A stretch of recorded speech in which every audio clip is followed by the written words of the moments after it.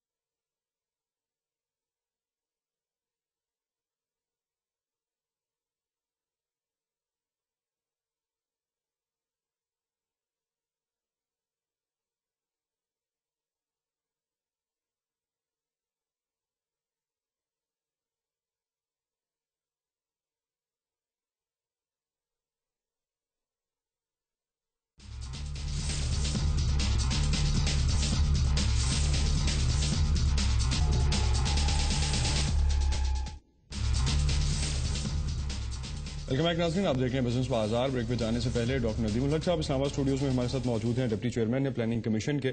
ان سے ہم بات کر رہے تھے پاکستان IMF ڈائلاگ جو ریسنٹلی رہا اس حوالے سے کیا ڈیولپمنٹس رہیں اور کس نوٹ پہ ہم اس وقت موجود ہیں، اور آن ورڈز اپ کمنگ بجٹ ان دنوں جو کہ بجٹ میکنگ کا پروسیس چل رہا ہے اس حوالے سے ہم کیا نیا پالیسی انیشیٹو دیکھ سکتے ہیں.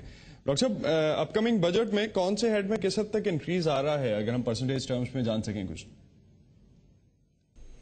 یہ تو جی ابھی it's too early to talk about that, but اگلا بجٹ جو ہے اس کو تو یہ انکریز تو مشکل ہے. اب تو ہمیں کافی وہ ایڈجسٹمنٹ کی طرف جانا ہے. تو ابھی جو بجٹ اس پچھلے سال جو اناؤنس کیا تھا 4 تھا، اب کوئی 5.3 5.5 کے لگ بھگ آ رہا ہے. تو اگلے سال تو ہمیں کوشش کرنا ہے بجٹ کو کم کرنے کا. تو کافی چیلنج ہے بجٹ کو کیسے، مطلب ڈیفیسٹ کو کافی کم کرنا ہے، کیونکہ ہمارا ڈیٹ سٹاک بڑھ رہا ہے. تو اس کو کیسے، جو کنسرن میرا زیادہ ہے اور میرا خیال کافی کامنٹیٹرز کا IMF کا بھی ہے، وہ یہ ہے کہ ہماری گروتھ بھی بہت کم ہے. تو ہمیں گروتھ کی طرف ذرا توجہ دینی ہے. اور گروتھ یس بجٹ جب کٹ رہا ہو تو گروتھ پہ ایک نیگیٹو اثر پڑتا ہے، اچھا اثر نہیں پڑتا. پر ہمیں پھر بھی سوچنا ہے کہ ہم گروتھ کو کیسے بڑھائیں، کیونکہ پچھلے 4 سال سے ہماری گروتھ تقریباً ایوریج 2% پہ رہی ہے، 2-2.5% پہ. وہ تو لگتا ہے کہ پر کیپٹل میں ہماری انکم بڑھی ہی نہیں پچھلے 4 سال سے. اس کے ہم میجر نہیں کرتے ان امپلائمنٹ پہ کیا اثر ہوں گے، اس کے کیا اثرات ہوں گے سوشیو اکنامک انڈیکیٹرز پہ. I think that's the big challenge that we have to face now. Doctor صاحب کیا ورکنگ ہے اس پہ اب تک؟ کیونکہ آف کورس اب تک تو چونکہ فائنلائز ہو رہی ہیں چیزیں، ڈیفینیٹلی ڈیٹ پیمنٹس کے نمبر فائنلائز ہو چکے ہوں گے، ڈیفینس کے نمبرز فائنلائز ہو چکے ہوں گے. اب تک کچھ نہ کچھ اپریسیشن تو آف کورس اس میں ہوگی، اور ڈیفینیٹلی ساتھ ڈیولپمنٹ ایکسپینڈیچر بھی ہے. جی دیکھیے ڈیولپمنٹ ایکسپینڈیچر اپنی جگہ ہے, اتنی اس کے اندر روم نہیں ہوگا ٹو ایکسپینڈ. ہماری کوشش تو ہوگی اس سال کے 300 کے لگ بھگ ہوں development expenditures, but as a set کہ بڑے بجٹری اسٹرینجنٹ ٹائمز ہیں. بٹ اگر آپ گروتھ کے لیے اور امپلائمنٹ, گروتھ اینڈ جابس, میں تو کہتا ہوں 2 چیزیں ہمیں غور کرنا ہے, growth and employment, growth and jobs.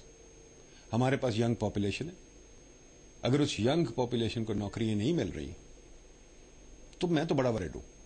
تو لائکلی ٹارگیٹ کچھ تو رکھا ہوگا آپ نے اچیو کرنے کے لیے ڈاکٹر صاحب؟ سر منی ٹارگیٹ تو بہت, دیکھیں جی ٹارگیٹ اگین میں اسد صاحب کئی دفعہ کہتا ہوں ٹارگیٹ کی ٹرم میں نہ سوچے. ٹارگیٹ تو دیکھیں نا, اگر آپ کے پاس کوئی چیز ہو ٹارگیٹ ہٹ کرنے کے لیے تو آپ ٹارگیٹ کا سوچے, ورنہ تو ٹارگیٹ تو ویسے اناؤنسمنٹ کی بات ہوتی ہے نا. کوئی گول تو لے کے چلنا چاہیے یہ ہے کہ جی گول تو کوئی ڈاکٹر صاحب ایسا ہونا چاہیے جس کو ہم فالو کر رہے ہوں, ہمیں پتا ہو کہ اینڈ آف دا ڈے ہم یہ اچیو کرنے جا رہے ہیں. جی گول بڑا سمپل ہے جی, آپ کو گروتھ ریٹ اپنی 7-8% پہ لے کے جانی ہے in the shortest period possible period of time, چاہے آپ 1 سال میں جائیں, چاہے 2, چاہے 3, چاہے 5, رائٹ, ٹھیک ہے جی.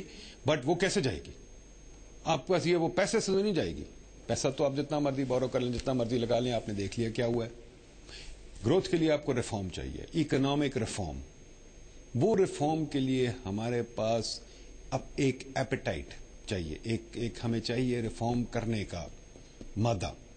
وہ ایز اے سوسائٹی, صرف سرکار کی طرف نہ دیکھیں, ایز اے سوسائٹی کی بھی ٹالرنس آف ریفارم ہونی چاہیے. جیسے آپ یہ پاور سیکٹر کی بات کر رہے تھے یا پبلک انٹرپرائز کی بات کر رہے تھے, اس میں میڈیا کا بھی ہاتھ, ہمارا کتنا تعاون کرتے ہیں ریفارم کو بڑھانے میں. اس میں لوگوں کا تعاون ہے کہ ہمارا کتنا تعاون کرتے ہیں ریفارم بڑھانے میں. ریفارم جتنا ہم بڑھائیں گے, جتنا ہم ایز اے پیپل ریفارم کو ایکسپٹ کریں گے, اتنی گروتھ ہماری آگے بڑھے گی. تو اصل بات تو یہ ہے ریفارم کی, اور ریفارم کی طرف ہم لوگ توجہ نہیں زیادہ دے رہے. پارلیمنٹ میں آپ سمجھتے ہیں کولیشن گورنمنٹ ہونے کی وجہ سے ریزسٹنس آ رہی ہے؟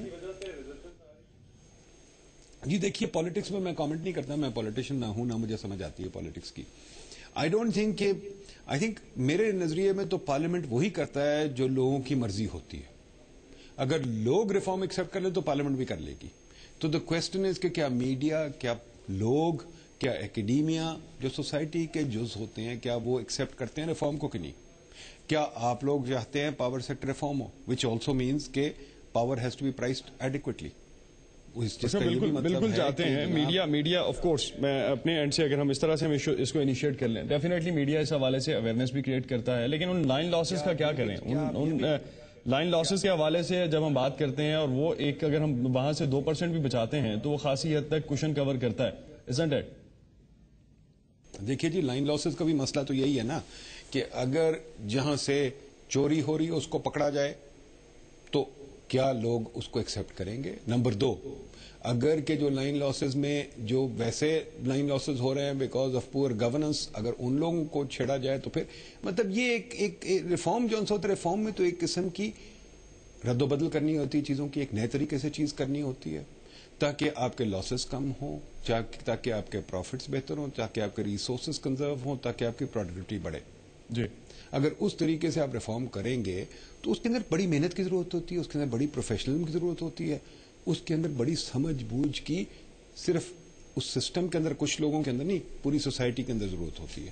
تو اس ڈائلاگ کو ہمیں بڑھانا پڑے گا. رائٹ, ایگری ڈاکٹر صاحب. لیکن 3 سال گزر گئے, ریفارمز آف کورس ہونی چاہیے, اس کے لیے کچھ جو انجن ہے وہ تو الٹیمیٹلی گورنمنٹ کو ڈرائیو کرنا پڑے گا. سوسائٹی کا رول, میڈیا کا رول, باقی اسٹیک ہولڈرز کا رول ڈیفینیٹ ہے اس میں. آخری 1 منٹ ہے, مجھے اس حوالے سے بتائیے گا کہ گورنمنٹ کی کیا پالیسی ہے اس حوالے سے. اگر لائن لاسز کم کرنے ہیں تو گورننس کا ایشو ہے ڈائریکٹلی, کوئی اور تو اس میں کنٹریبیوٹ نہیں کر سکتا. میں تو بار بار کہتا ہوں کہ پاور سیکٹر کا ایشو مینلی گورننس کا ہے. آپ اگر ان اداروں کو ایسے نظام پہ چلائیں گے جہاں وہ ایفیشنسی کو ترجیح دیں, وہ ایسے نظام پہ ان کے سی اوز ان کو چلائیں جہاں ان کو پتا ہو کہ ان کی مطلب نوکری اس پہ ڈیپینڈ کرتی ہے, ان کی پروفیشنلزم اس پہ ڈیپینڈ کرتی ہے, تو وہ چل سکتا ہے سسٹم. یہی ہماری کوشش ہے, یہی ہمارا پلان ہے. اسی کو ہم کوشش کر رہے ہیں ہر جگہ, ہر پبلک سیکٹر انٹرپرائز کو انڈیپینڈنٹ کیا جائے, اس کے بورڈز پروفیشنل لائے جائیں, اس میں سی اوز پروفیشنل لائے جائیں, طریقہ کار پروفیشنل لائے جائے, ٹیکنالوجی لائی جائے, اور پھر کوشش ہے ان کو پرائیویٹائز کیا جائے. الٹیمیٹلی کئی چیزیں پرائیویٹ سیکٹر میں ہی بہتر ہوتی ہیں. بہت بہت شکریہ ڈاکٹر ندیم الحق آپ کا. ناظرین, ڈاکٹر ندیم الحق اسلام آباد اسٹوڈیوز میں ہمارے ساتھ موجود تھے, deputy chairman planning commission. Pakistan IMF dialogue کے حوالے سے اور اس کے بعد اپ کمنگ بجٹ کے حوالے سے کیا پلان ہے. ڈیفینیٹلی ٹائم بہت کم تھا، لیکن کچھ چیزیں ایسی ہیں کہ ایک گائیڈ لائن جو ہے، پالیسی گائیڈ لائن، وہ شاید گورنمنٹ جو ہے فریم ورک ڈیسائیڈ کرتی ہوئی دکھائی دیتی ہے اس حد سے کہ ریفارمز بہت ضروری ہیں اوور آل اکنامک سائیکل کو چلانے کے لیے. لیٹس سی کہ کس حد تک وہ ٹائم لائن بھی ڈیفائن کر پائے گی گورنمنٹ جس میں ہم یہ کہہ سکیں کہ ایک ریفارم کا پروسیس جو ہے اس کو فالو کیا جا رہا ہے. تب تک کے لیے اجازت دیجیے. اللہ حافظ.